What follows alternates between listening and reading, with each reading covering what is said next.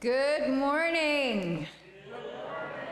Ooh, that sounded nice and cozy. Nice and cozy on a cold spring day. I won't mention the name of that stuff that was falling from the sky. Let's pay attention to the lovely greenery that is beginning to pop out of the trees. Welcome, welcome, welcome, everybody. Welcome to the Unitarian Universalist Church of Buffalo. My name is Joan Montagnes, and I have the honor and the privilege of serving you, this congregation, as minister. Welcome to all of the newcomers. Great to have you here. Welcome to all you folks who've been checking us out over the last couple of months. All of you who have returned after a while, great to have you back. And all you folks who have been sticking it out, because you just do that, you don't know any better. I know the feeling. It is great to have you here, all of you. Welcome, welcome, welcome to the Unitarian Universalist Church of Buffalo. We are blessed to be together, and we acknowledge that the land upon which we meet rests on the original territories of the Haudenosaunee people, original nations of this land who continue to struggle for justice and self-determination.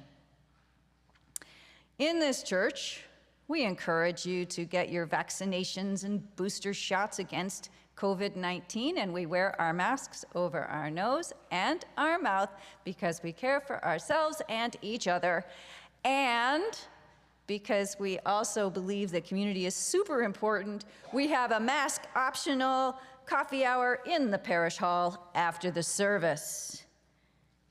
That is all I have to say, but we do have an announcement from Bridget Evans, the president of the Board of Trustees of our congregation.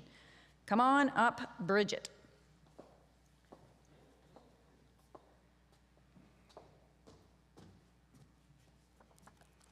Hi, everybody.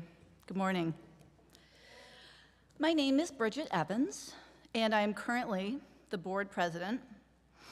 And I'm up here today to let you all know that the board has developed a survey. This survey asks for your opinions and ideas about short and long-term solutions relating to the financial health of our church. This survey was created using suggestions and ideas presented at our March town hall by many of you folks. So this survey should be arriving in your inbox by Tuesday. So please be on the lookout and please respond, because the board wants your feedback about the financial decisions that we will be making. Thank you so much. And there are lots more fabulous announcements in your order of service. Is Lisa here? Does anybody know, is there a newcomer class after this service? Yes, there is. All right, so if any of you are interested in joining the newcomer class, which is 4 sessions long, we've already done one. You're welcome to join it now. It's at 12 o'clock, I think in the Alliance Room. Somebody will show you where it is if you're curious about it. It's also the only prerequisite we have to membership at the church. So if you're interested in Unitarianism, Unitarian Universalism, this congregation, and the denomination, this is the course for you. You can also make new friends. It's always good. Good to have you all here. Let's take a deep breath in and prepare ourselves for worship. And let it out.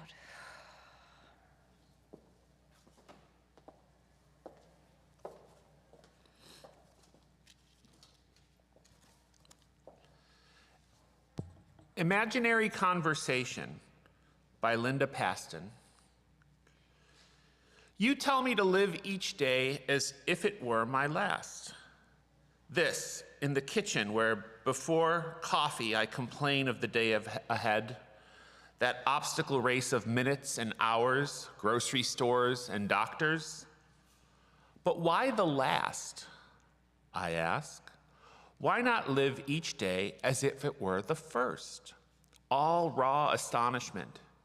Eve rubbing her eyes awake that first morning, the sun coming up like an ingenue in the cast.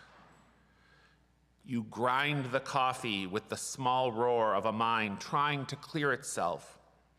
I set the table, glance out the window where dew has baptized every living surface. Let's join together in the chalice lighting. Oh, is that what it says? No, musical center. All right. Please remain seated.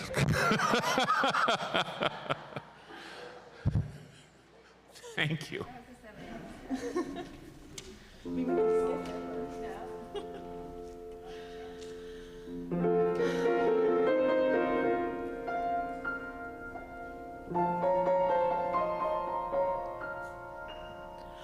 Safe behind these windows and these parapets of stone, gazing at the people down below me. All my life I watch them as I hide up here alone, hungry for the histories they show me. All my life I memorize their faces, knowing them as they will never know me. All my life I wonder how it feels to pass a day not above them, but part of them. And out there living in the sun, give me one day out there. All I ask is one to hold forever out there where they all live unaware. What I'd give, what I'd dare, just to live one day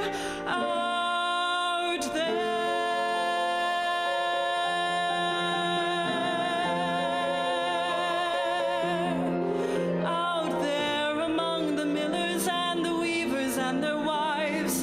Through the roofs and gables I can see them. Every day they shout and scold and go about their lives, heedless of the gift it is to be them. If I were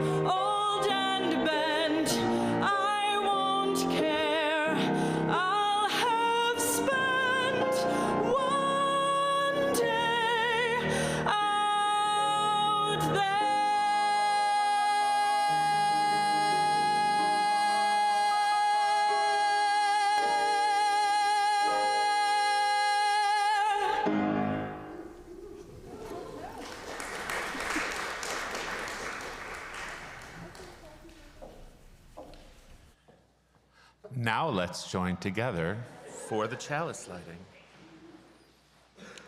We gather in loving community, inspiring one another to transform ourselves to create a more just and compassionate world. Let's also join together in singing hymn 368. Now let us sing.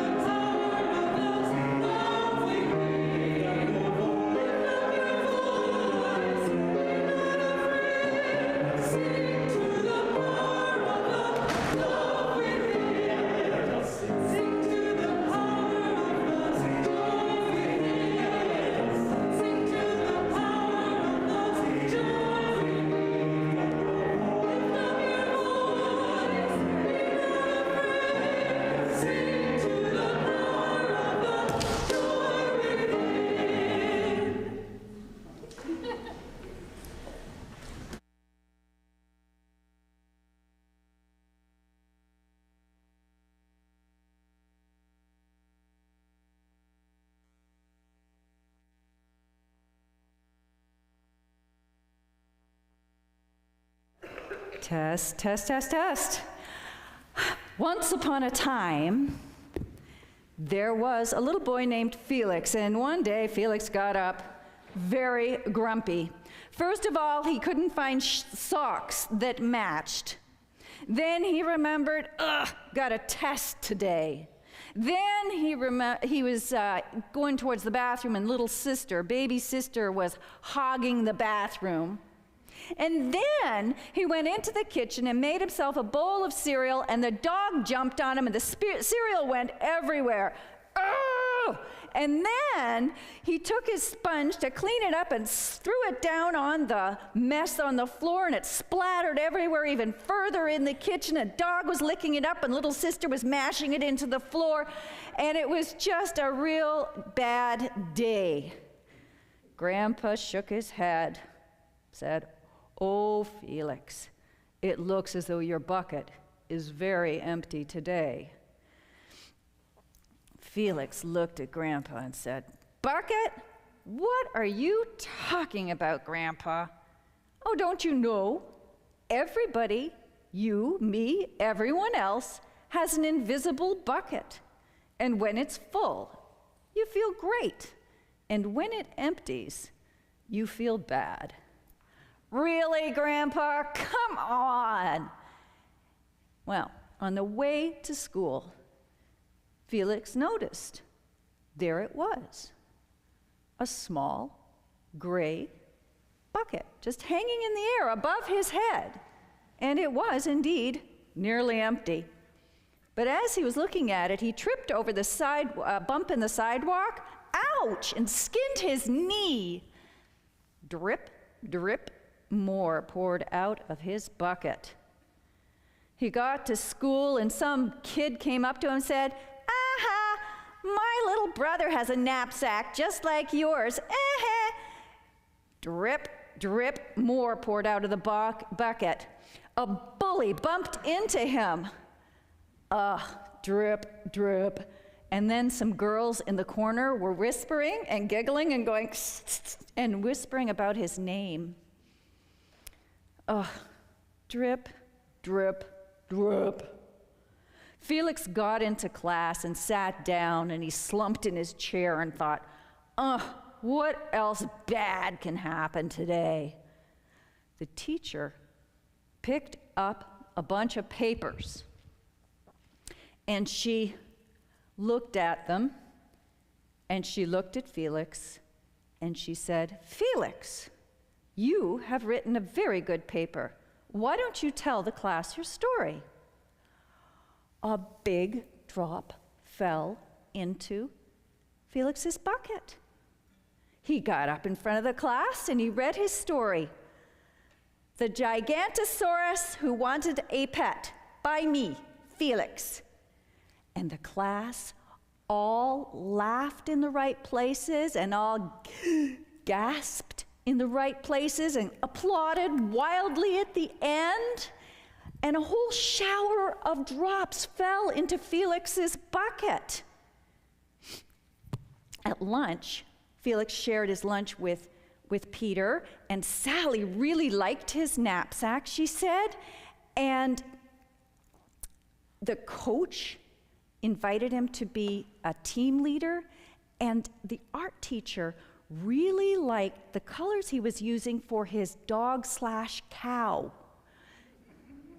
It was shaping up to be not a bad day at all. By lunch, his bucket was nearly full, and he went out into, that would be by afternoon recess. His lunch was nearly full.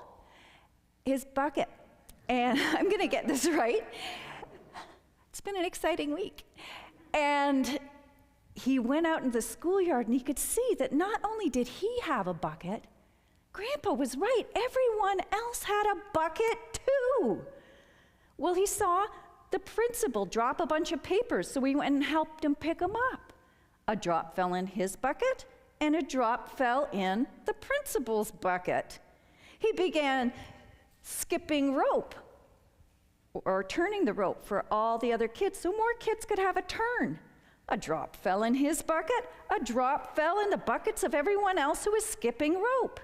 He introduced himself to the new kid in town, and a drop fell in his bucket, and a drop fell in the new kid's bucket too. After school, Felix ran home and said, Grandpa, Grandpa, Grandpa, you are right. I have an invisible bucket, and so does everybody else. But when he got home, baby sister was crying because the dog had chewed a hole in her favorite doll, and Grandpa was trying to calm everybody down, and he was exhausted, and the dog was looking very sheepish indeed.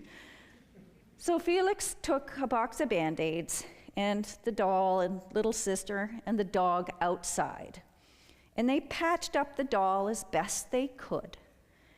And Grandpa got to have a nap, and the dog, as dogs will, completely forgot about everything and was soon playing fetch with the kids. By dinner, everybody's bucket was a little bit fuller.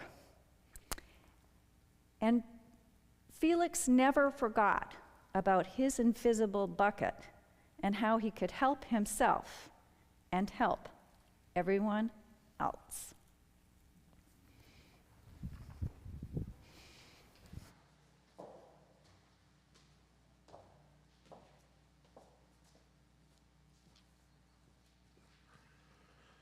Every week, we take a good portion of our Sunday morning offering and give it away to a social justice cause outside of our church walls.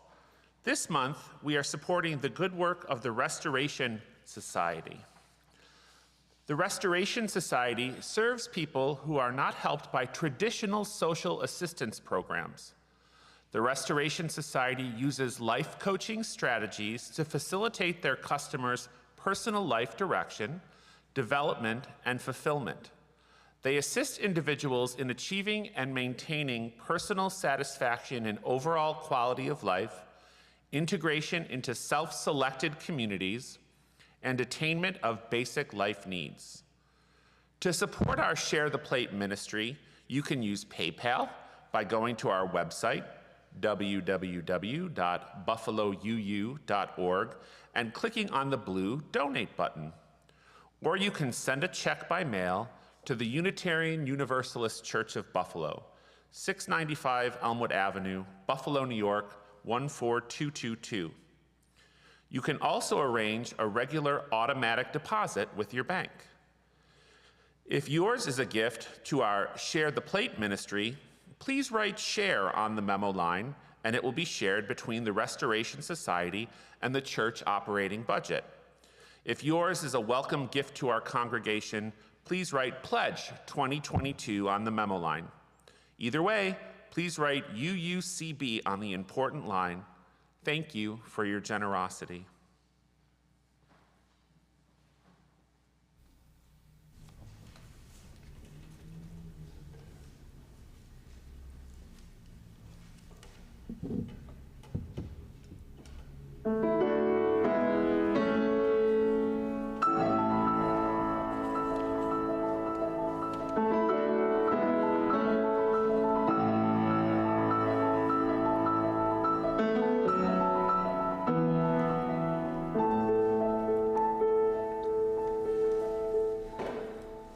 I have often dreamed of a far-off place where a great warm welcome will be waiting for me, where the crowds will cheer when they see my face, and a voice keeps saying, "This is where I'm meant to be." I will find my way, I can go the distance, I'll be there someday. If I can be strong, I know every mile will be worth my while. I would go most anywhere to feel like I belong.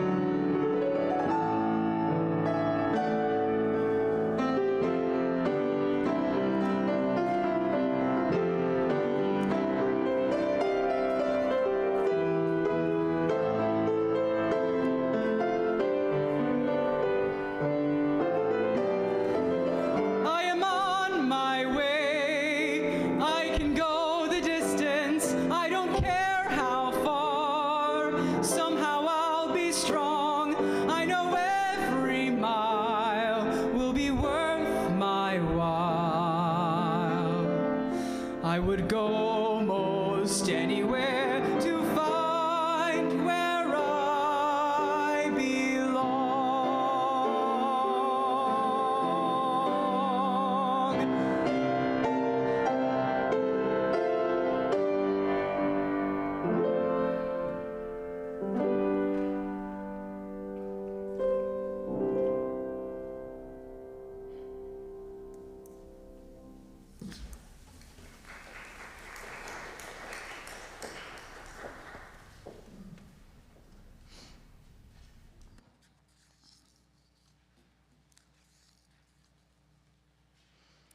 So I just want to point out, us Unitarian Universalists are a little bit casual sometimes around the Christian calendar, and we don't always know what's going on.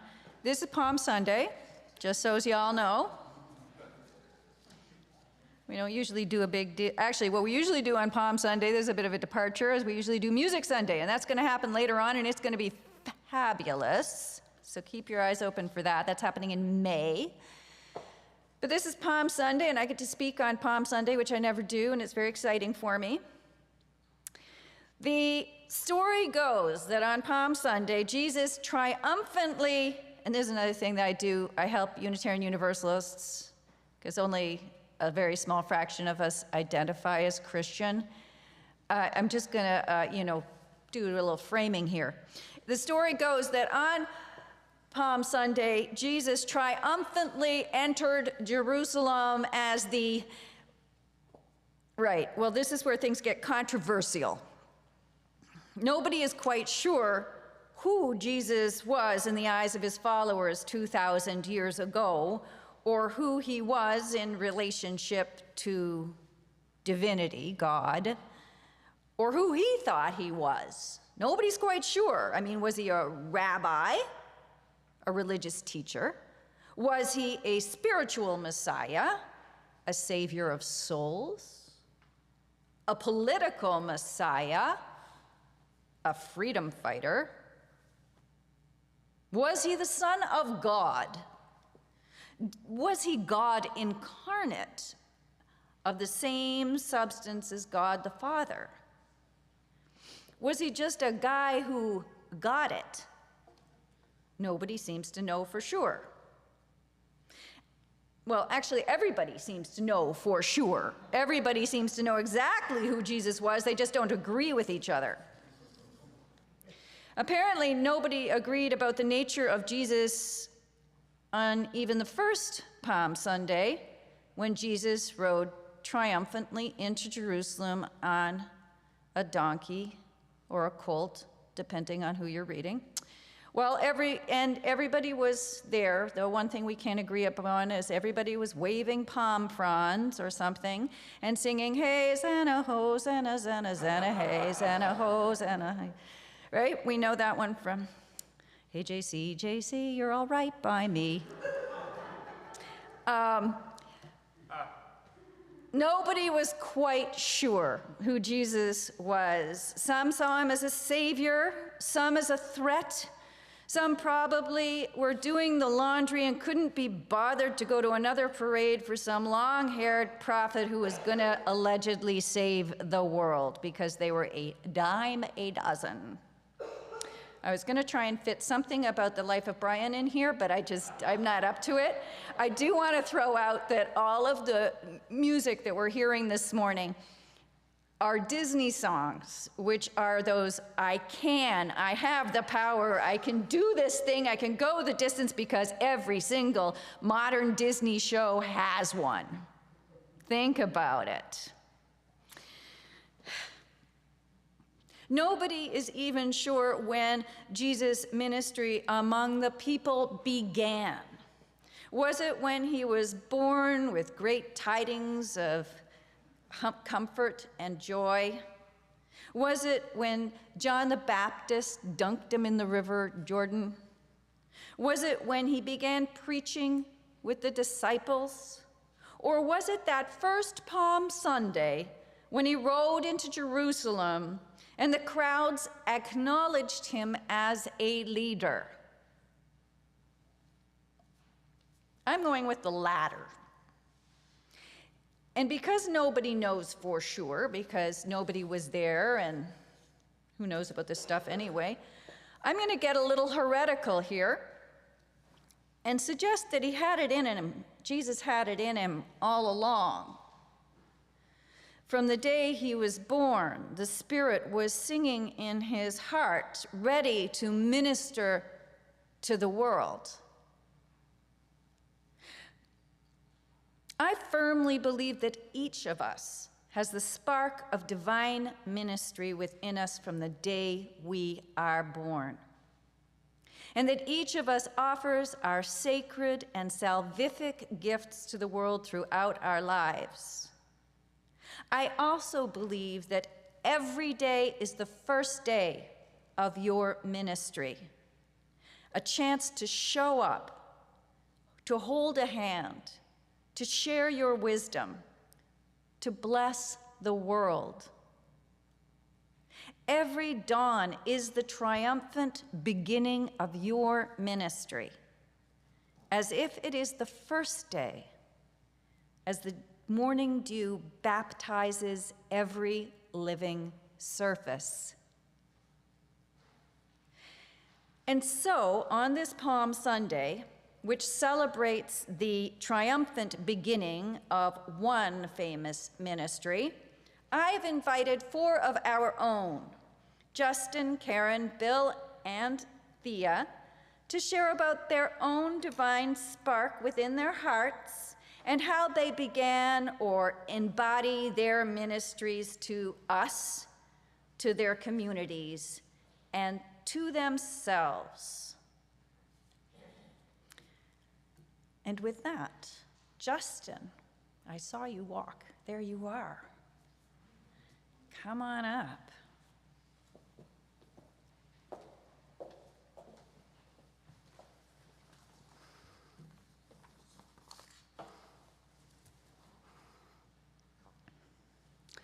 Hi, my name is Justin DeClean. When Joan first asked me to speak about my ministry, my first thought was, what the heck is my ministry?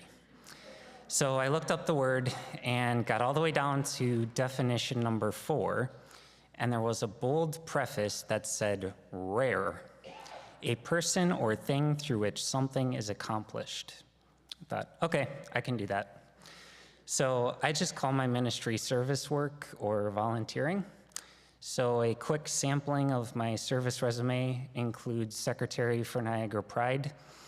I'm involved with website committees of 4 different entities in a local 12-step fellowship. For UUCB, I'm a part of the tech team. I help with Sunday service and upgraded our website recently. And I'm also starting to get my feet wet with the Financial Advisory Committee. And lastly, I write and review examination questions for a national certification board. I have 8 email accounts connected to my phone and hold admin rights to 7 websites. And I simply say that last part to indicate how literally connected I am, or just to demonstrate that I still need to work on saying no. You be the judge. So how did I get into service work? I got into it because I tend to show up and I'm willing. If a need is announced or demonstrated and no one else will step up, I just do it. I fell into ministry and it has become a natural part of my schedule. I attend a local Buddhist temple and find that the chanting and meditation is nourishing to my soul, so I offer food to the monks. I attend local pride events and see a need for greater understanding in my community, so I help with coordination. I attend a 12-step group and it has saved my life, so I help maintain the meeting schedule. I enjoy hearing the message here at UUCB, so I help with the tech that carries that message. So why am I called and continue to do it? I'm the chameleon in the back of the room that many do not see. I'm the volunteer stapling information packets in the black of night, editing websites surrounded by the blue light of computer monitors. You likely will not see me even if you look for me, but I am always there enabling some wheel to keep turning so that a larger body can function. I am a proud self-proclaimed wallflower. I prefer to be the last one to arrive and the first one to leave. I am a social being, but I am not a verbally social creature. My mind loves to tell me that I am alone, and that the best way to solve loneliness is with isolation. Ministry is my reminder that I am part of a greater whole. Service work gives me that little commitment to keep coming back. And by serving others, I am exposed to many different people. And that's the only way I can develop patience and tolerance. How can I learn patience and tolerance if I have no one to practice with? How can I recognize if I'm being a pain in the butt if I don't encounter one in the wild? How can I learn prioritization if my schedule isn't full? How can I practice balance if there is nothing trying to shove me off my center? How do I know my limits if I never push up against them? For me, service work is a practice. I do it for me first and for you second. I get way more out of it than I put in. Ministry is the method that I use to unveil the bonds that bind each to all. Thank you.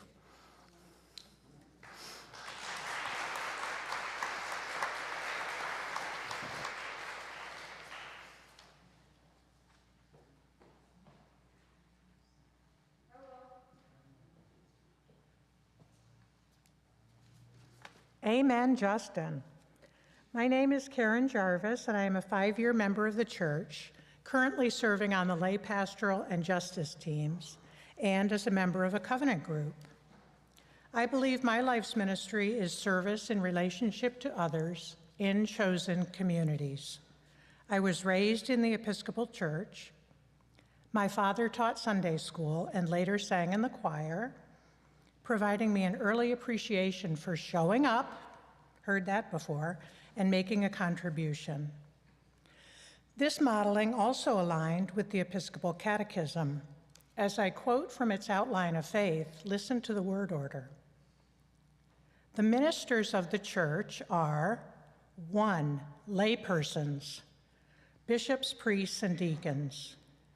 And continuing, the ministry of laypersons is to represent Christ and his church to the world, and according to the gifts given them, to carry on Christ's work of reconciliation in the world, and to take their place in the life, worship, and governance of the church. Accordingly, every church member is a minister.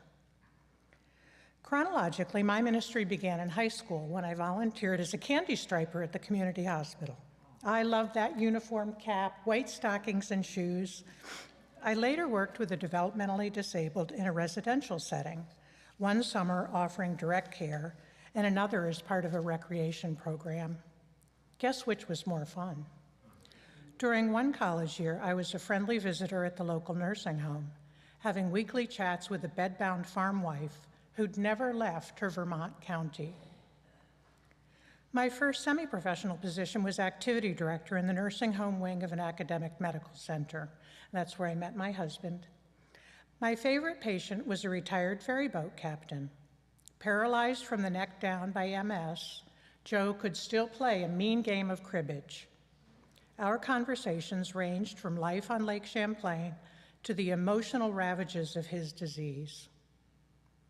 After grad school, marrying and relocating to the Midwest, my husband Jim and I led the small youth group at the Episcopal Cathedral in St. Louis. The arrival of children slowed my service to others. With another geographic move and the birth of our third child, I became a full-time mother and community volunteer. Years of service in schools, scouts, and church followed. Always, it was the relationships that made the work both enjoyable and meaningful. A part-time paying gig as the education coordinator of St. Paul's Cathedral in Oklahoma City is where I learned the most about ministry in a church setting. I appreciate the challenge Lisa is facing with teacher recruitment. Maybe you have gifts to share with our youth, the future of our church. My last paid work was a part-time job as quit coach with the New York State Smokers Quit Line at Roswell Park. When the callers asked if I'd ever smoked, I'd share that I was there because my mother, a longtime smoker, and my little sister, a non-smoker, had died of lung cancer. After retirement in late 2019, Jim and I traveled to Seattle for Christmas, and in March 2020, I made it to and from Denver just as the world was shutting down. Since then, I believe we can all agree what a long, strange trip it's been. Whether from the safety and comfort of home or finally being back in the pews, I have survived these 2 years because of the ministry of this church. To me, you are all God with skin on. Last week, Joan mentioned our friend Beryl was resting in the satisfaction of her relationships. That's what it's all about. In sum, I agree with Joan, everyone has a ministry. I believe showing up is the first step of discernment. See you in church. Thank you.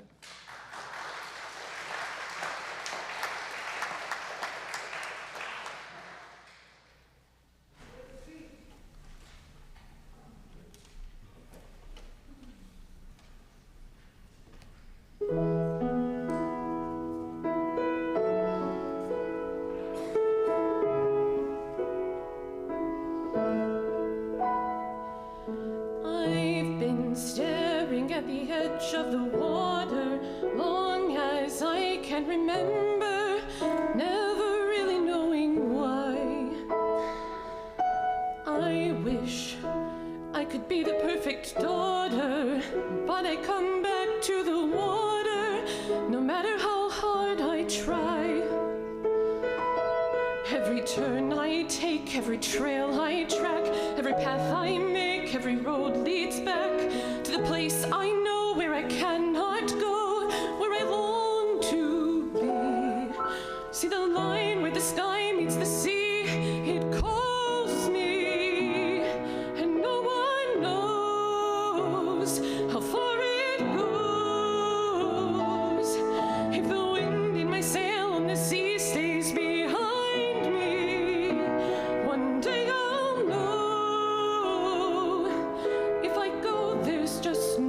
telling how far I'll go.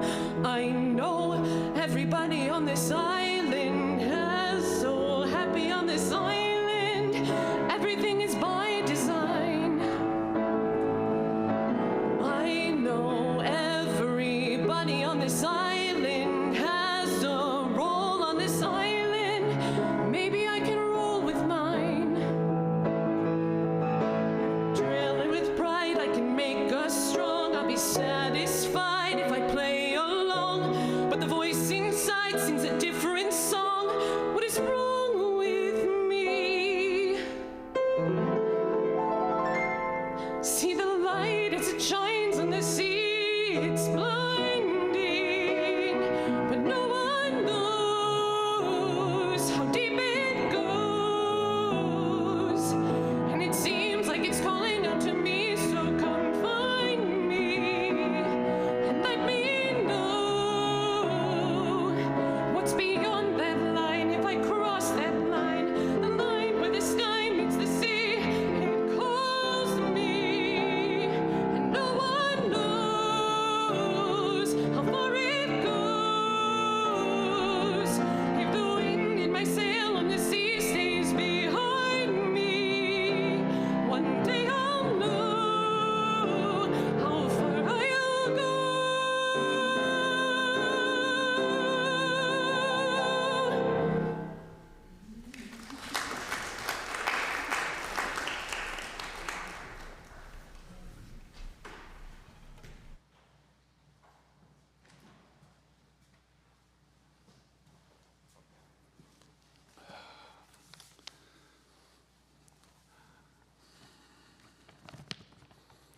I'm Bill Park, and I'm church historian.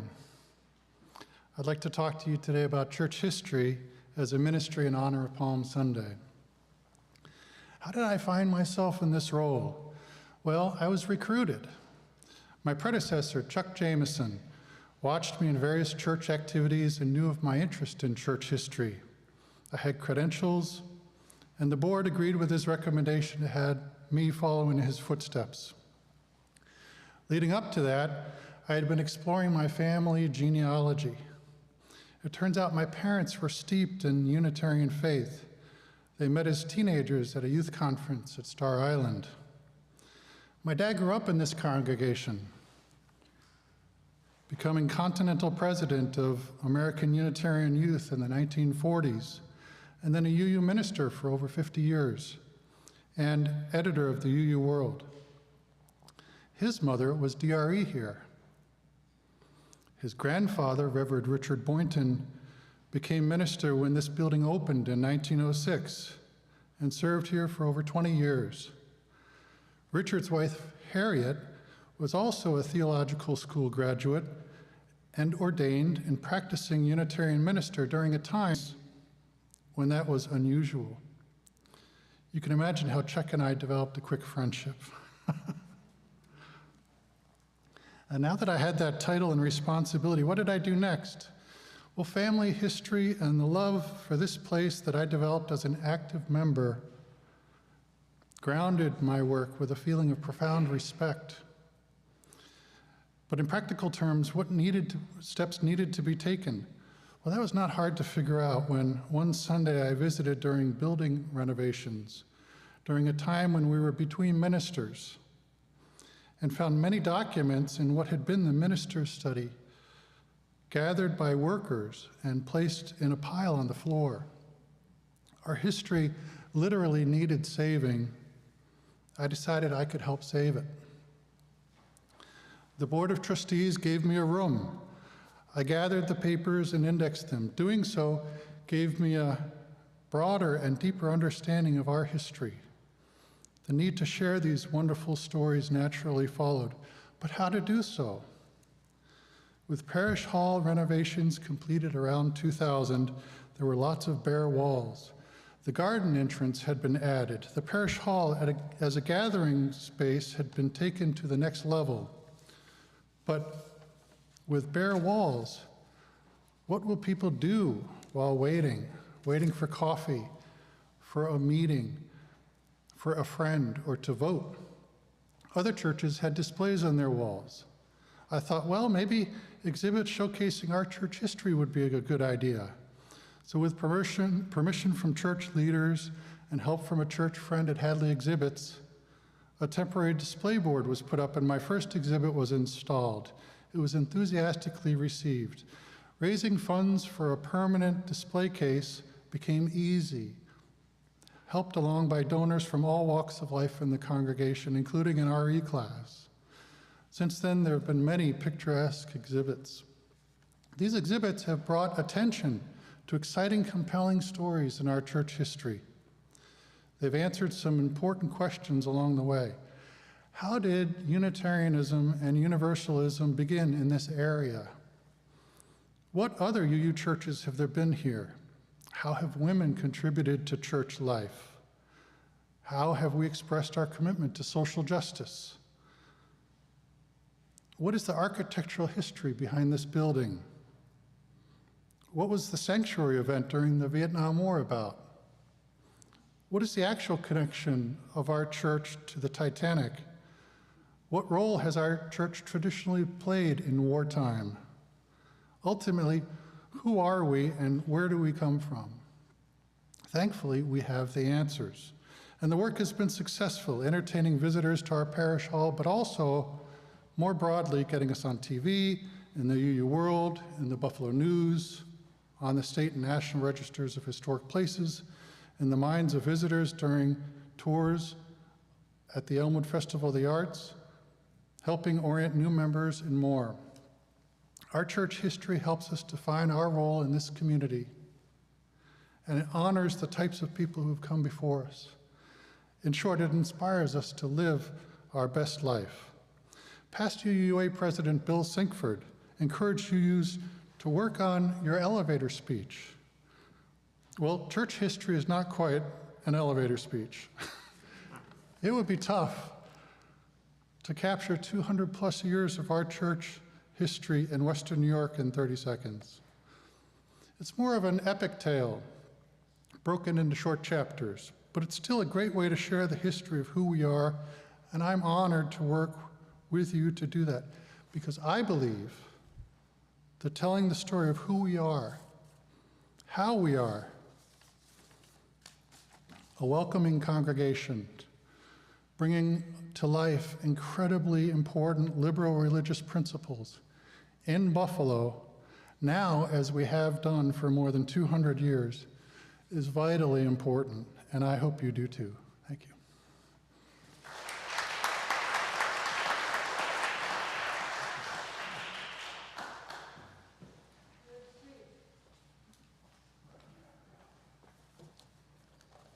Good morning.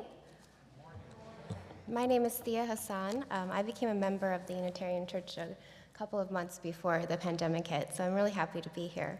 And I'm going to talk about self-ministry, so the learning to love myself, self-love.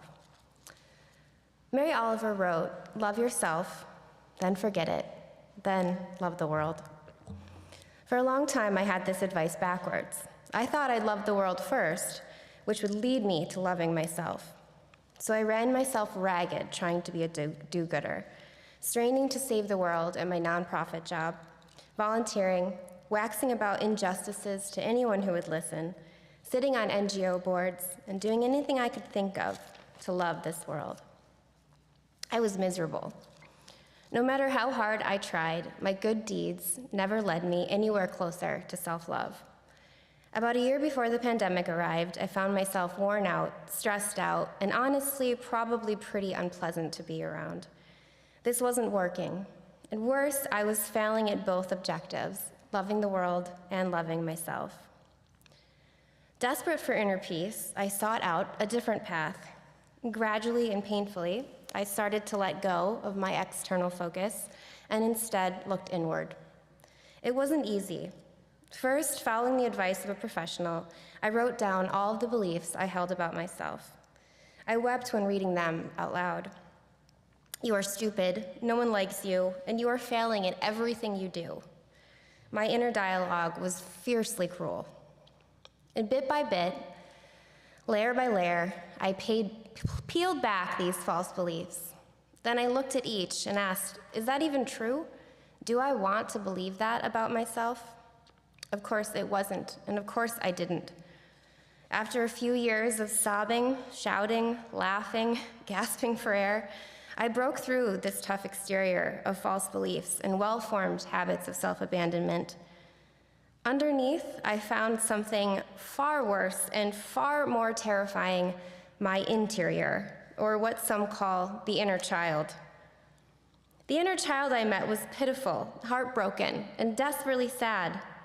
After decades of neglect that started with my family, but I had continued and practiced long after leaving home, she was also pretty pissed.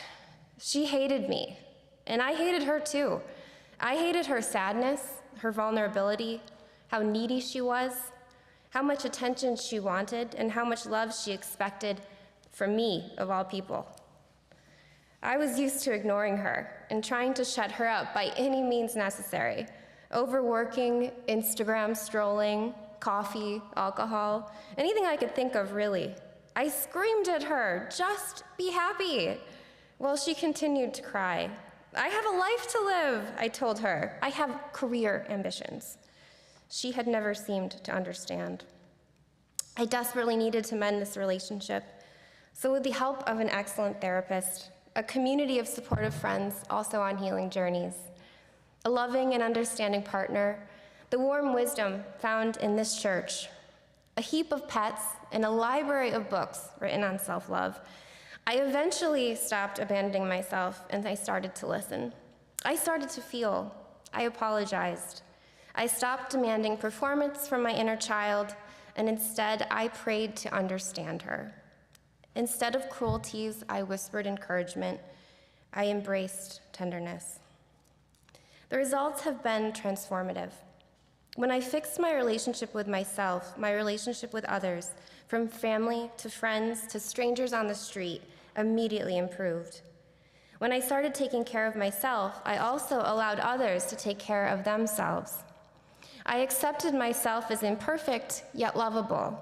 And now I can meet our imperfect world and know it is lovable too. As Mary Oliver wrote, I have become the child of the clouds and of hope. I am still working on self-love every day, working to listen, taking care of my needs even when the to-do list is long, nurturing myself when I'm feeling overwhelmed, and making time for play and joy building. But I think I finally got the order right from Mary Oliver's poem. And what do I risk to tell you this, which is all I know? Love yourself, then forget it, then love the world. Thank you.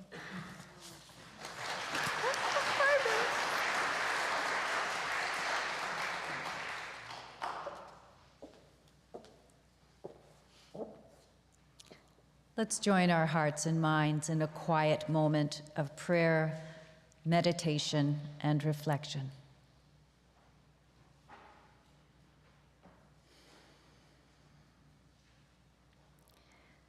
Breathe, my precious beloveds. Breathe into the sacred chamber of your hearts, and with each breath, fan the flame of your spirit. Breathe and feel the heat of your passion. Be inspired by the power within. Breathe and feel the warmth of love. Be inspired by the compassion within. Breathe and feel the spark of wisdom. Be inspired by the still small voice within. You are the chalice, and you are the flame. Breathe into the sacred chamber of your heart, and with each breath, fan the flame of your spirit.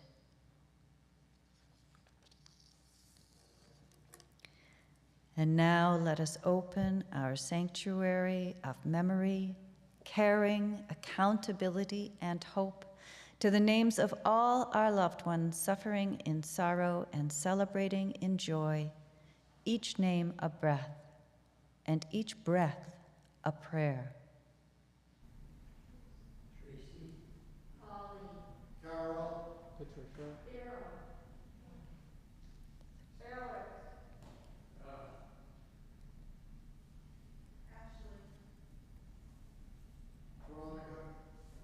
Kathy.